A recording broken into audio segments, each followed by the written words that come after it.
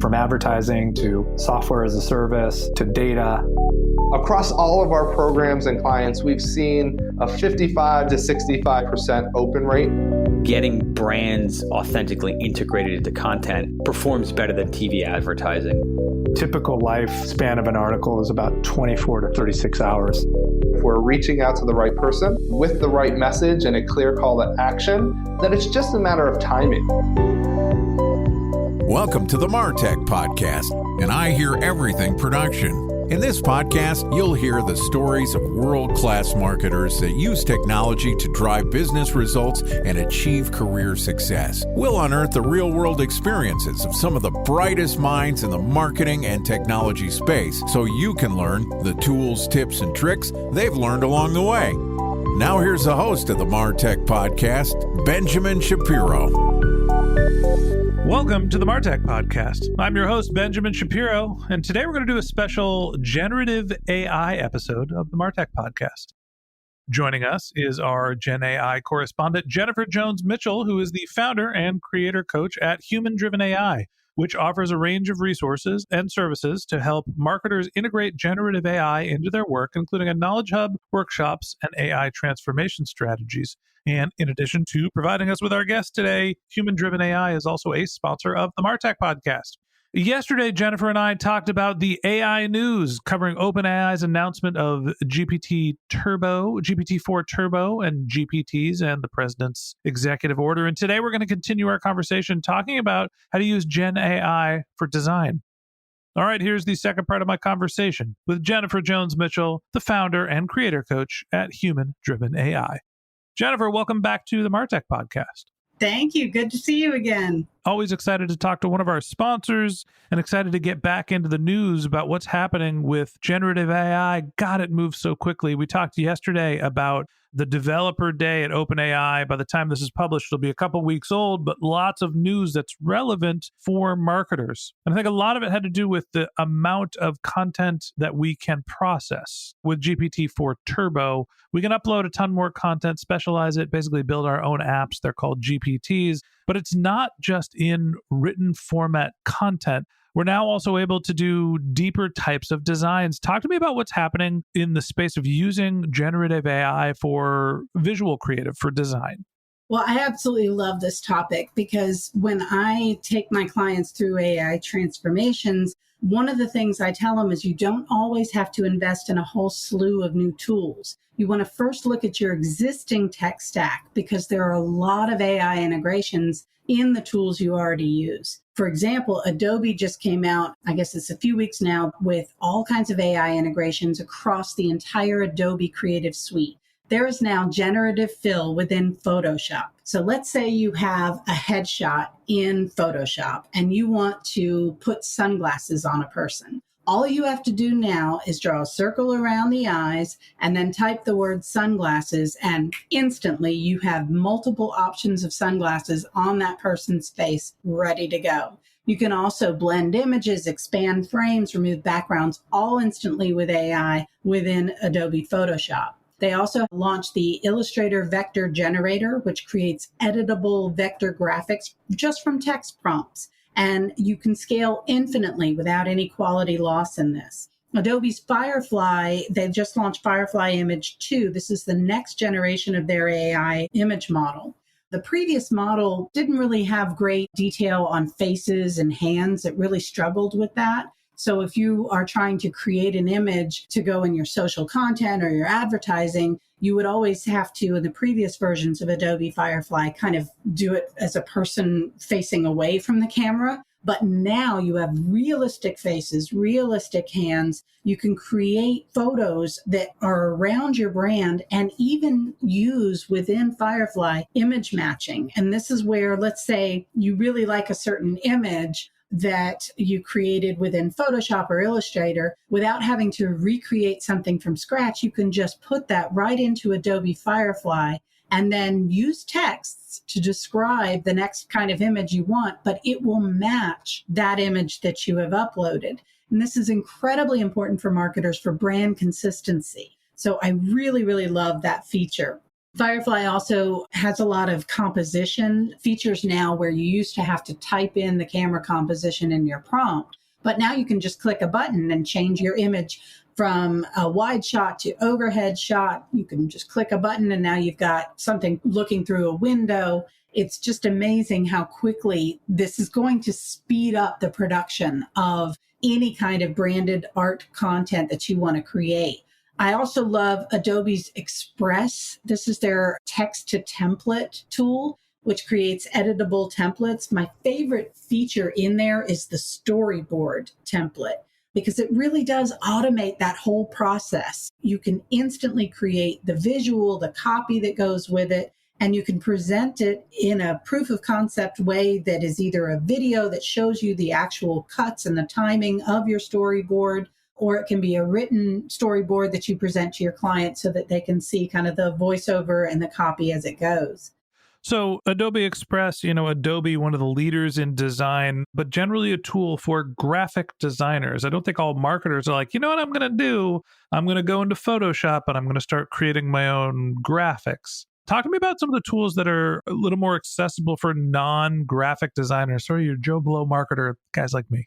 Well, my favorite there is Canva. And let me tell you, Canva has gone all in with AI. It is incredible what you can do now, not just with templates. My favorite feature is what they call Magic Write, and that's WRITE. So you've always been able to create a brand kit in Canva with your brand colors and your fonts, but now you can add your brand voice and your brand's personality. And then with the Write feature, the AI writes incredible copy that is useful. So I'll give you an example. Let's say you want to create a presentation in Canva around a website launch. All you have to do is type the words website launch in the presentation template, and it will give you a presentation, not just with dummy copy, that lorem ipsum copy that we used to see everywhere. You get a real presentation with real usable copy. It has, just sticking with that example, all the steps of a website launch. It talks about UX, UI, gives you the timeline, everything. And then all you do is click on that usable, workable copy and just click it to say, put this in my brand voice, and it does instantly.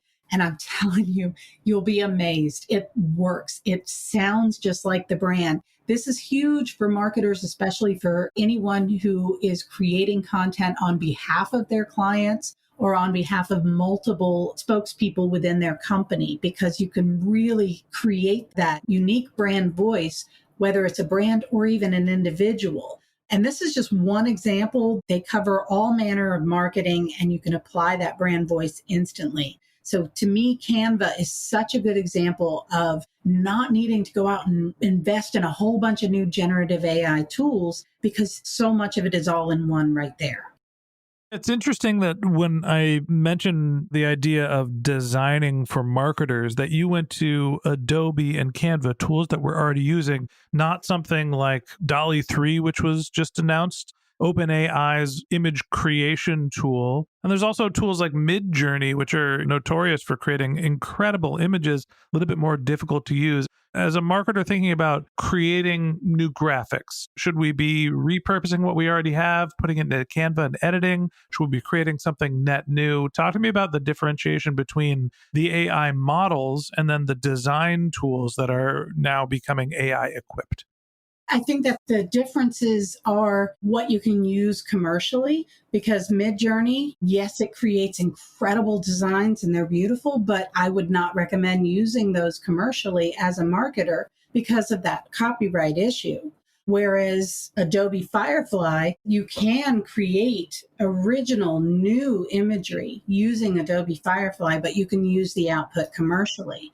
Now, DALL-E 3, I believe with the OpenAI Dev Day announcement, you can now also have that copyright shield with the DALL-E 3 output, so you can create incredible, unique images. The difference there is you really need to understand the prompt language. You need to understand how to talk to the AI to create something that is unique, that does fit your brand, that does tell the story you want to tell, whereas the text-to-template tools like Canva and Adobe Express don't require that level of prompts. It's more conversational. It's one of the things that I've been thinking about, and this is just in podcasting. Apple updated the podcast app to make the visuals basically more prominent for each individual episode. And we've just been using the same old Martech podcast logo. I'll be honest, we made it on Fiverr like 7 years ago. And it's an M with the words Martech podcast. Boy, isn't that creative and sexy. But we probably should have, your face on your image with the Martech logo. And I just haven't gotten around to figuring out how to automate the process because we produce so much content. I want to be able to make sure that they are compelling and interesting and graphically pleasing. If you were me, should I be using Canva? Should I be using Adobe? Can I just create the images using DALL-E 3? What's the process that you would recommend someone like me who's creating content or graphics at scale in an automated fashion?